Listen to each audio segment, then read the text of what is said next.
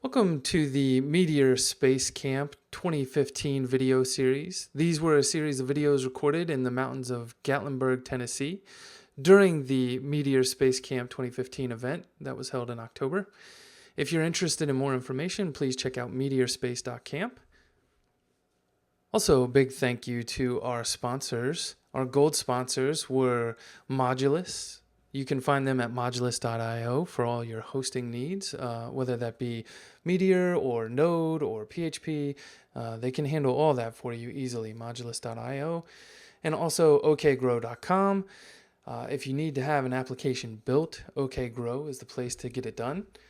Give them a shout over at okgrow.com. And also Meteor Club. You can sign up and join Meteor Club at meteor.js.club. It's a weekly email. You get tips and tricks about Meteor and other relevant news. So if you're interested in that, check it out, meteor.js.club. And also Compose, our silver sponsor, compose.io. They're a great place to host your database, take care of any database needs you may have, whether that's Mongo or Elasticsearch or any number of platforms that they're supporting now. I use them for all my production stuff, so I highly recommend it. Compose.io. Thanks, Josh. Thanks, everyone, for being here. It's exciting. Other than missing my chance to run off and join the circus, this is like the most awesome place I could imagine being. And I'm Dean Radcliffe.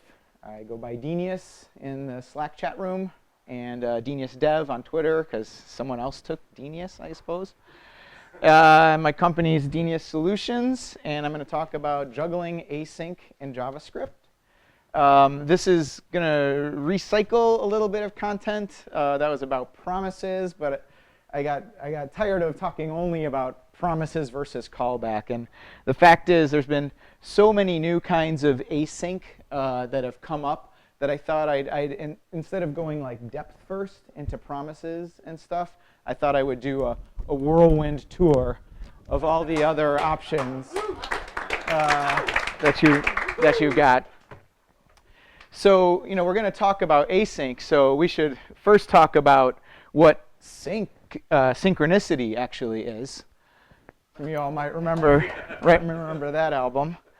But before I continue any further, there's actually someone here that was on national television recently, and I wanted to ask you, Matt, sure. Would you sign this for me? You bet. All right. National television. Oh, was he good? Oh, yeah. Oh, awesome. Yeah, let's hear about that. There you go.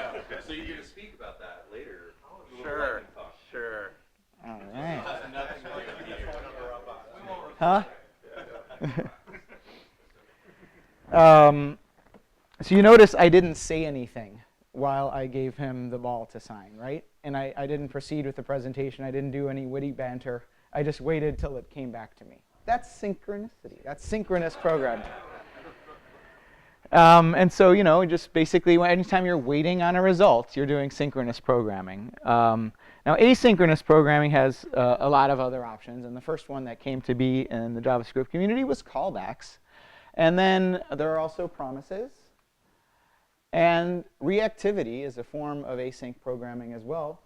And fibers also help you do async. And also generators have come along with ES6, and they're pretty cool. And so how do you make sense of all of these options? How do you juggle all of these options? That's what I meant to say. And basically, that's what I want to explain using juggling as the metaphor, right? Because very often you want to be doing something, but your hand is tied, right? So in order for me to do something else with my right hand, so here I'm doing this with my right hand. And in order for me to do something else with my right hand, I have to throw it out of the way so I can grab another object. And that is async. So you've seen juggling before, right? And things happen so fast that you think that there's a lot of things going on at once. But if I slow this down a little bit, you see there's basically one operation going on, and then you're just switching back and forth between operations. So this is what the V8 engine that runs in Node and that runs in your browser does. It actually just alternates tasks, but does so rapidly so that it's smooth. So this contrasts with the idea of one thread of execution is going, switching between things, and then the other thing is just independently going around for the ride or doing something completely nutsy like that. Now that's multi-threaded programming, and we're not talking about that. Although there are ways to make that happen in Meteor. So where did we start in this? Well, we started with callbacks, and a callback is a function that may eventually be called. Can I call upon another person to help me here? You're the closest, so yeah, I know. You have to have that cool shirt too. So. All right, so in order to free myself up, I'm going to toss this to you. So that now I can advance to the next slide. And now can I have that back? And then so he calls me back, right? So I've been able to free myself up by starting something. So that's like an AJAX request where I begin an operation, then I'm free to do some other things, and it comes back. And when JavaScript first started, it had to have at least two ways of doing callbacks: set timeouts and event listeners. And both of these kind of throw some action into the future to be completed.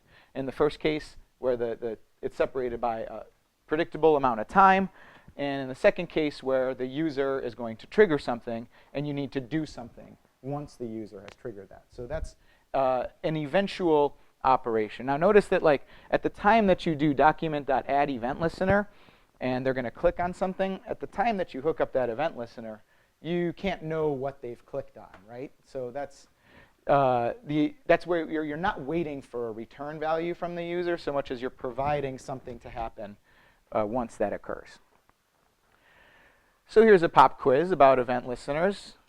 Everyone's used them, I'm sure. So there are three ways of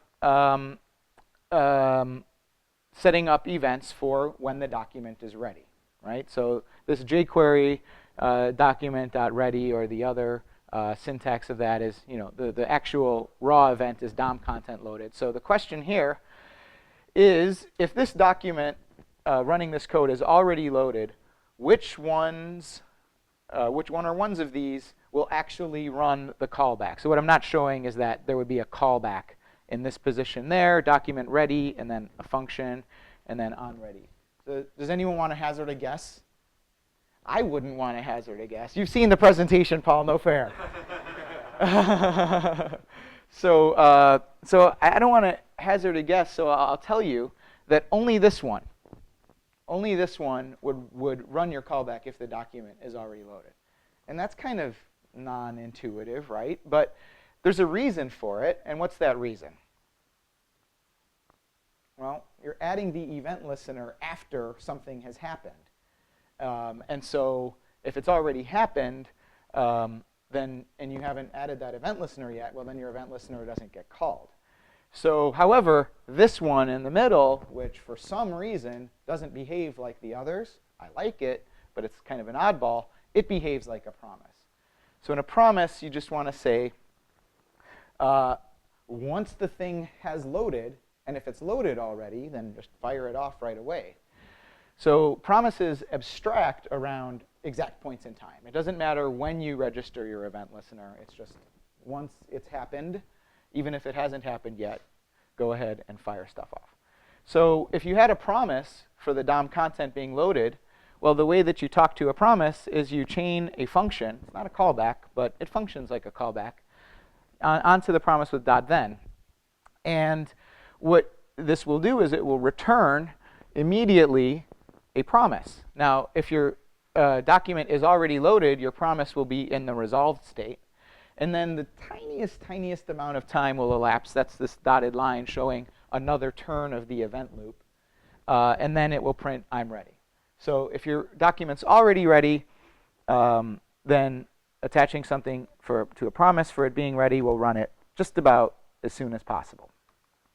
If it isn't ready yet, well, use the same interface, and you know that it'll get called eventually, but what is returned right away is a promise in the pending state, and then some time goes by, and then some time goes by, and then it has loaded, and you have your function being run.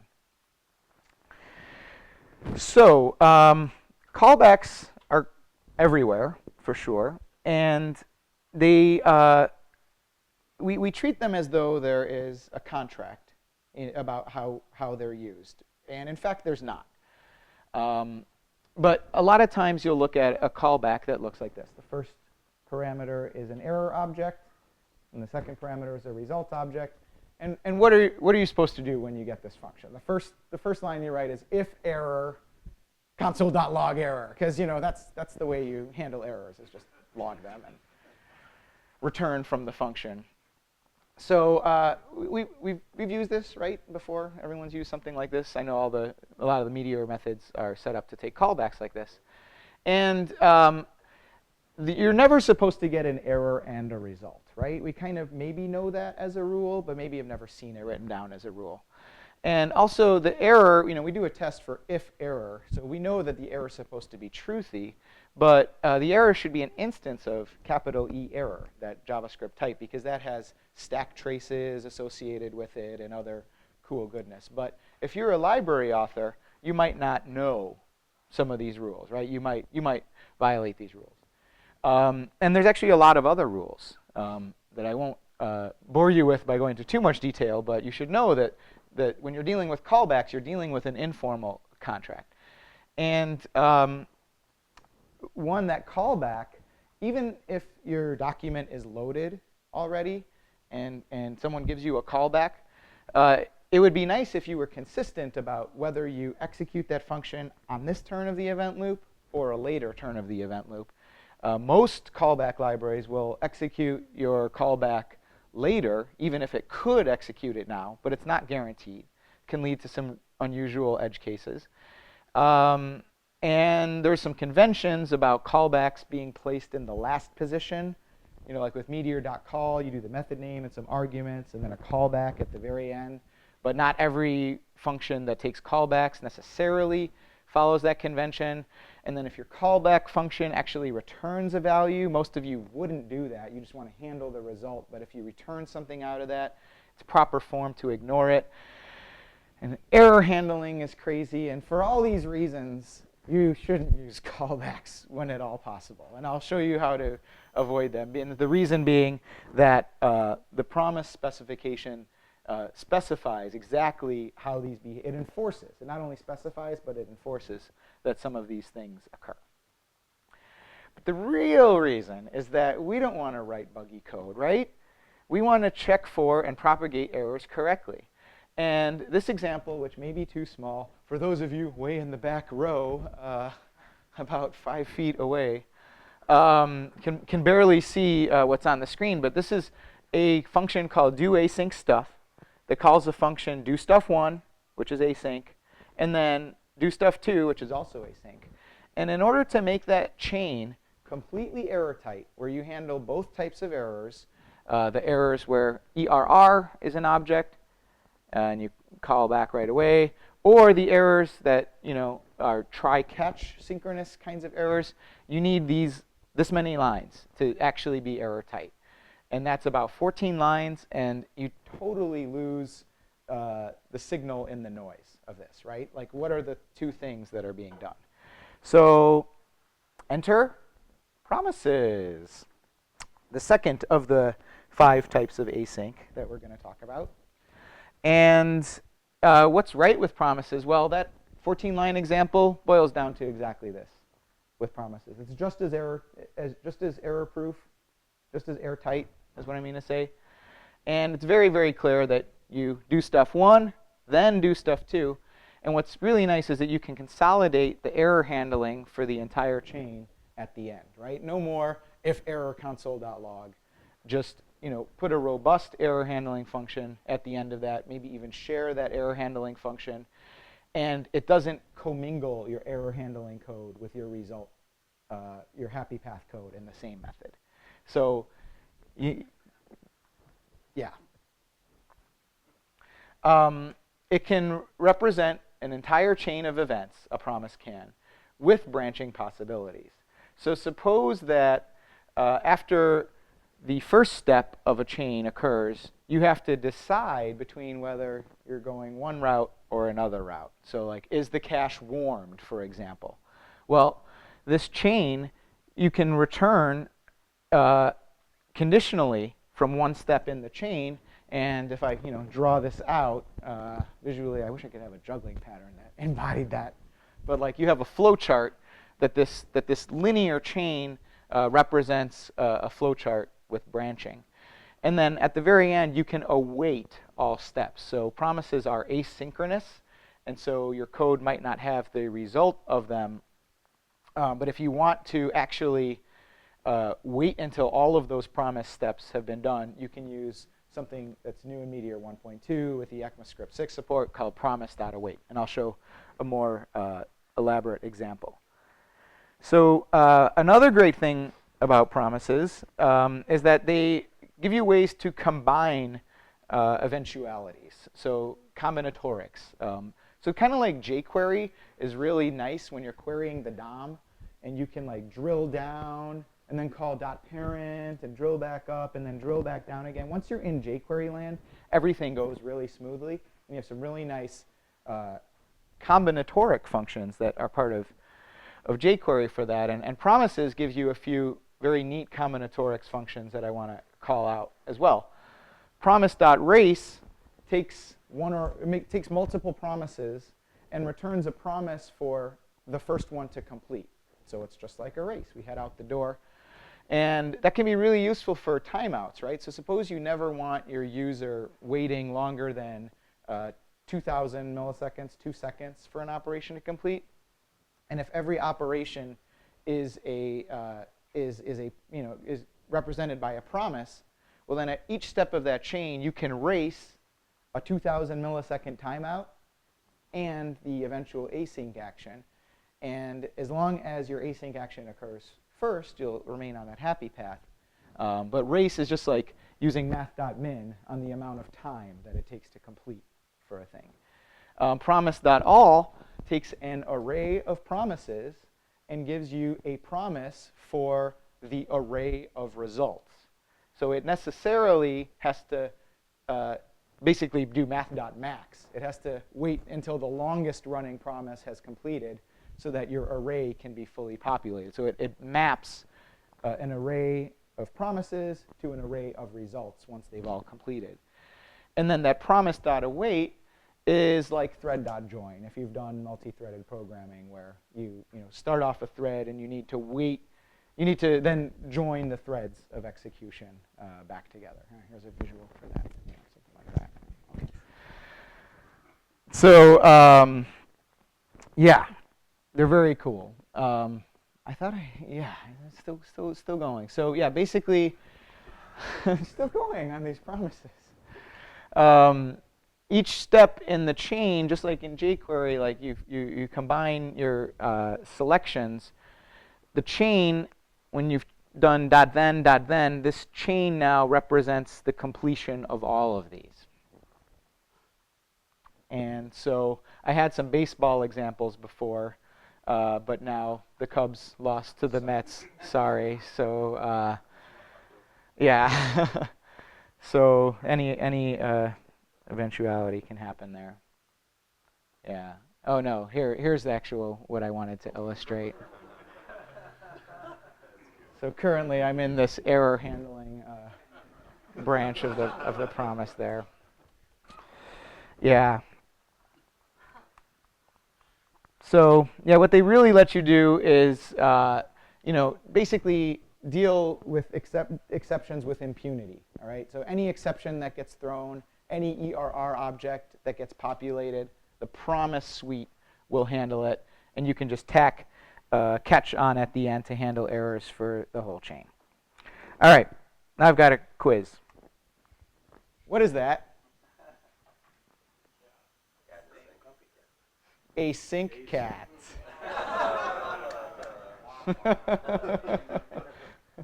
I finally got actual cat jokes. I'm not just incorporating them by reference anymore. All right. So Meteor's all about reactivity, right? So Meteor's reactivity is probably why we love it. And it's also a form of async. And so I want to show you that a lot of things that can be done with promises can be done with reactivity and vice versa. So this is the third kind of programming with async. And so here's an example that you might use reactivity for, where you have two reactive vars.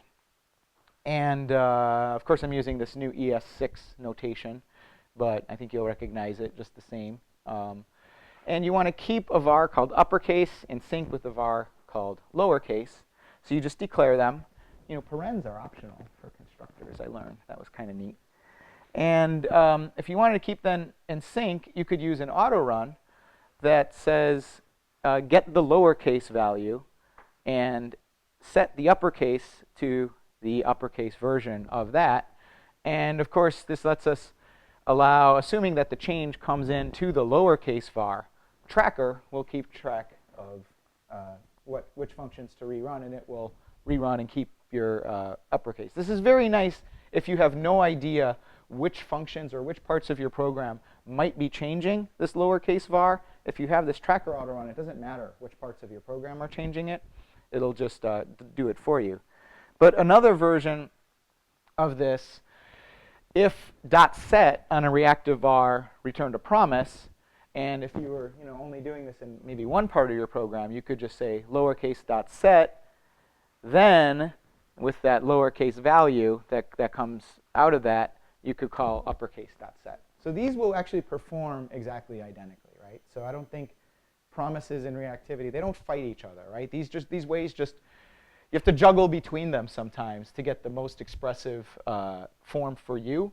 And sometimes it will be reactivity. And sometimes you'll just want to do something this way. Another example that I'll show later is like subscription handles, right? Like when you subscribe, you have a .ready method you can call. And you can use reactivity to write a function that gets rerun when the subscription's ready.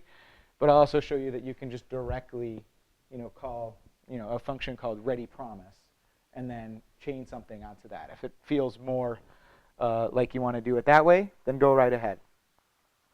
So can promises invalidate computations? Oh, yeah, they can.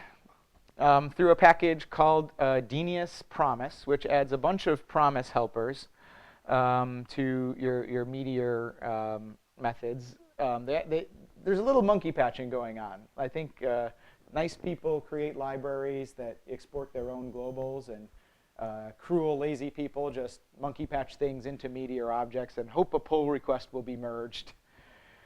And you wait in vain, like waiting for the Cubs to win the World Series. But if you wanted to do something like this, like have a helper that calls a server-side method, let's call it addWithSleep, and passes two arguments, can you use promises with helpers? And I know a few people have tried in vain to do it with just raw reactivity, because this is what you try. You declare your helpers, and you want to use a method like meteor.callPromise. These slides are a little bit out of order because I just redid this very recently. But meteor call promise is the new way, if you're using Denius Promise, to make a meteor call, but instead of passing a callback, it returns a promise for the result. So number one, if you're doing a meteor.call and a helper, don't do that. Change it to a meteor call promise. And then, but even still, you'll be stuck, because the way reactivity works is it wants a synchronous value here, and when this computation gets invalidated, it'll rerun this function, and that synchronous value will change. But promises and other async stuff in helpers, they break that.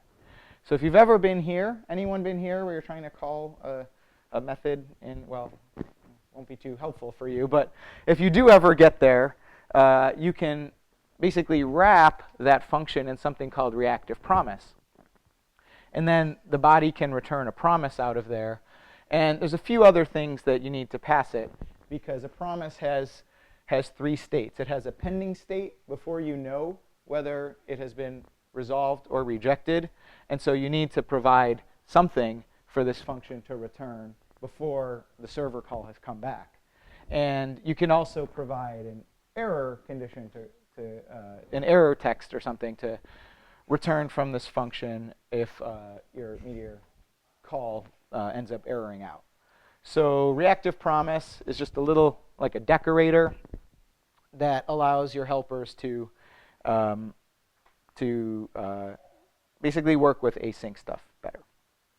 Which brings us to the fourth kind of async, which is fibers. And you might have seen fibers in meteor.wrap async. So particularly if you're using a third-party library that accepts callbacks, and the same kind of trouble that you get into on the client side trying to use async in helpers. Well, Meteor recognized pretty immediately that you run into that same problem on the server side if you're trying to use async things. And so they provided this meteor.wrap async library, which is well documented on Meteor's site. And I think a lot of people know about it by now. But I will explain something also that is similar to that, but it's returning a promise from a Meteor method, right? So I don't like callbacks, so I'm going to show you like the promises way of doing it. And you might have heard that you can return a promise from a Meteor method. So I'll show you step by step what that might look like. And the etymology of this really is like, it's not like you're actually returning a promise from the method and the client side receives a promise. It's not like here you return an object, you get an object, you return a promise, you get a promise. It's not like that at all. To return a promise from a method means to return an eventual value from a method, which means eventually return a value. So what's going across the wire is not a promise, but some kind of value. So let's say that we had a Meteor method. Again, this is the ES6 syntax, but you probably won't miss the colons or semicolons. It's just an object literal. That when someone calls this Meteor method, they're going to receive the time 5 seconds from now in the future. It's a method called future time. So remember, we're going to be doing something async. And promise.await will wrap something async in a fiber so that it can synchronously be returned from the method. So we start out with a promise.await. And that is not part of my library. This is something in the promise library that Meteor now ships. So now we need a promise to await upon. So we call new promise, and we give it a function. And the function kind of it receives an argument, but I like to say that it creates a scope with the word resolve in it. And it can also contain the word reject to do error handling. And so inside here, you can have any kind of callback code that you want. And all you have to do is somewhere deep in your nested callback pyramid of doom, just call resolve or call reject, and you'll be all good. So let's use a simple example of set timeout.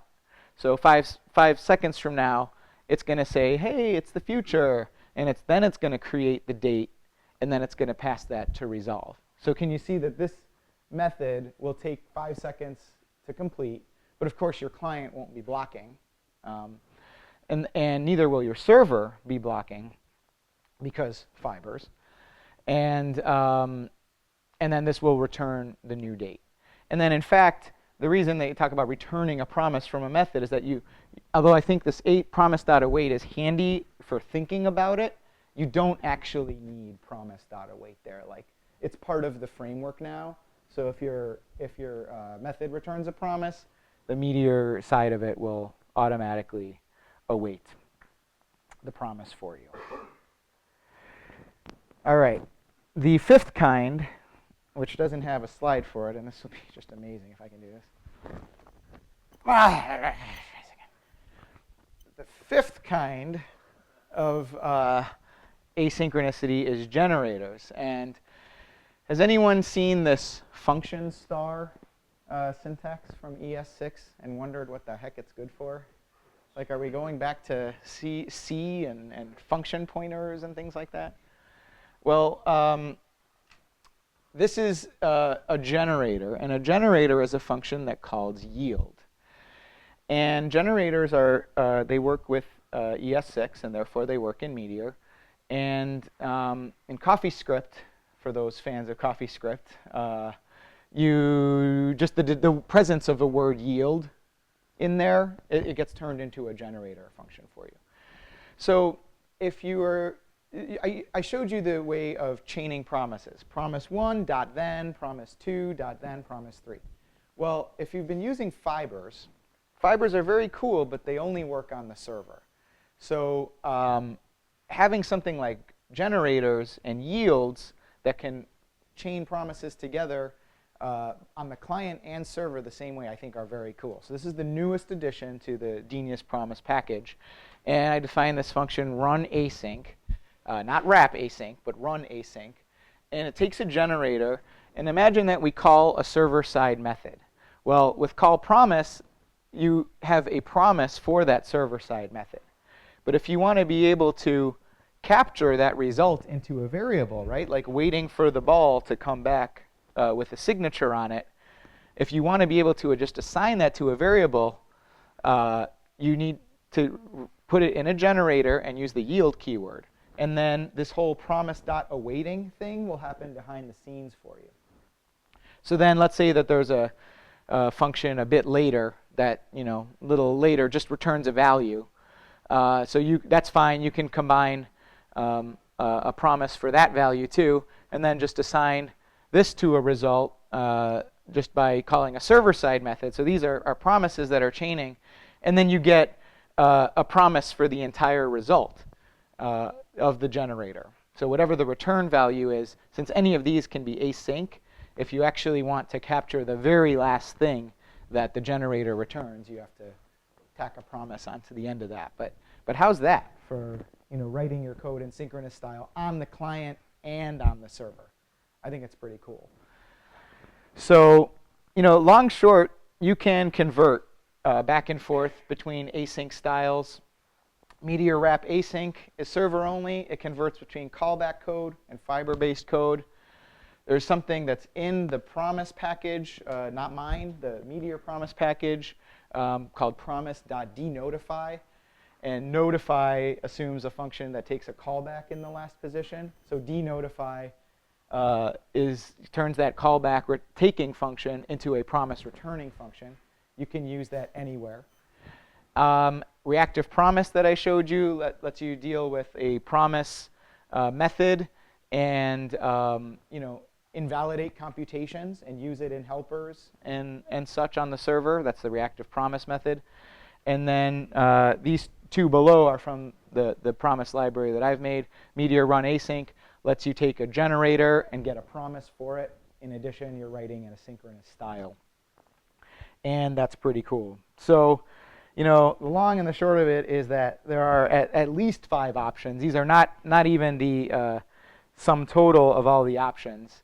But there is more than one way to do it. People know Tim Tody. Cool guy, Tim Tody. There's more than one way to do it. And, use the style that most fits the programming thing you have. I know it's a lot to keep in your head. It's like at least 5 options, and it can be kind of confusing. But the truth is, 5 is not too many, and you don't have to use them all at once. But it is possible to do it. So here we go. Wait. And, exceptions occur. Oh, Jesus Christ. 3rd time's the charm. Hey! Ta-da! Thank you very much. All right, let's take some questions. Any questions? All right. Promises are awesome, and so are you. Thank you very much. I'm Dean Radcliffe. Find me at Dean. Oh. Have you used Bluebird at all, and how does that versus ES6, the new promise library, those can interface? The question is if I've used Bluebird promises library. No, I haven't. I've used one called Q. Bluebird Q or just? No, just Q, capital Q. And the thing is, most promise libraries interoperate fairly well, right? So they might give you more, promise race, promise all. They probably give you more of those combinators to do more advanced stuff. They probably also define their special, promise implementation. But because there's a specification, you should be able to like take a Bluebird promise and pass it into any one of those other functions. And it should interoperate pretty nicely, but I haven't used that particular one. Yeah. Any? All right. Ah, yes. On the generators, how do you do the error handling? I don't know. I haven't actually gotten there yet. I was just thrilled that it worked, and if it doesn't work for you, like let me know. Try it out. Are you familiar with a project called Highland.js? Someone showed me Highland.js. Remind me what that is, though. A high-level streams library for Node.js and browser. A high-level streams like. Observable streams. So like RxJS is the same thing. Right, right.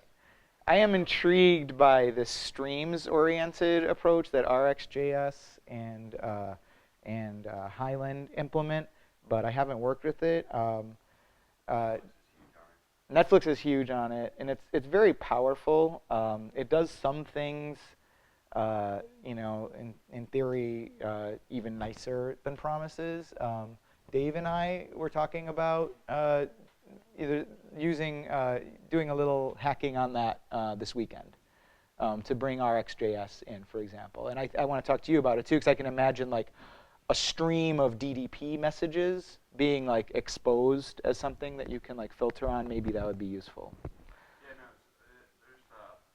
I did some messing around with like Highland and RxJS. Like you can do a lot of cool stuff with it.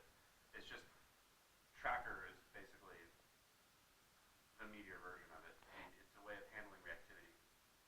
Right, Yeah. right. Look for Jafar Hussain on YouTube, and he has a whole bunch of videos. He has a great talk. What's it? JAFARHUSSEIN, I think.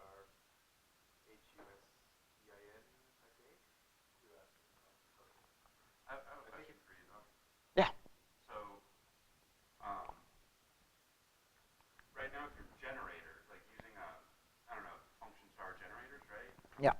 I was always under the impression that the generator, when you call yield, you're actually returning a value. So like, you can call, I don't know. Actually, that's Python, right? Uh-huh. Python, you can, if you're going to iterate through a list that's a million times, you could do a for loop with like, and actually instantiate a million length, a 1 million length array and iterate through that array.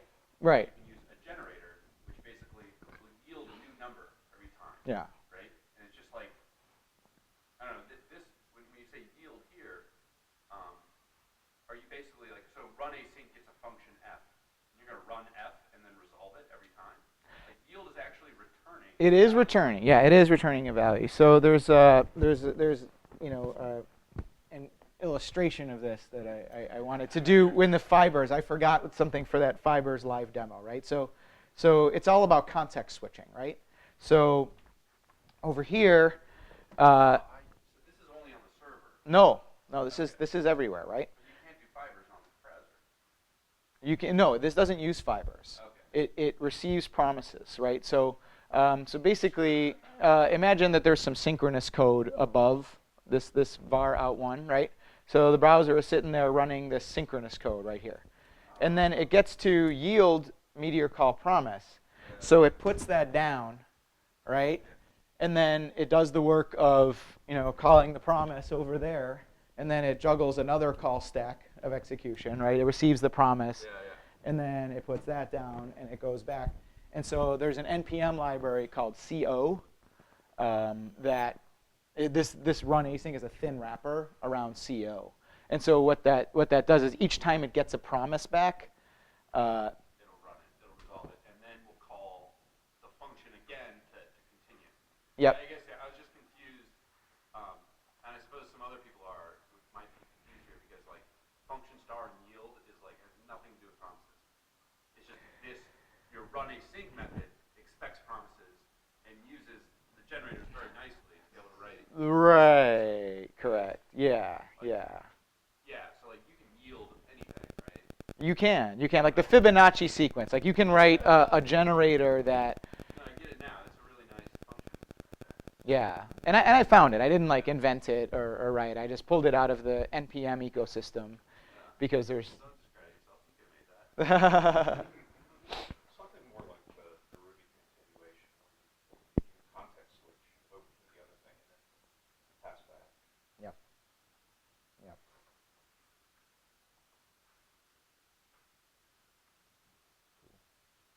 All right. Thanks, everyone.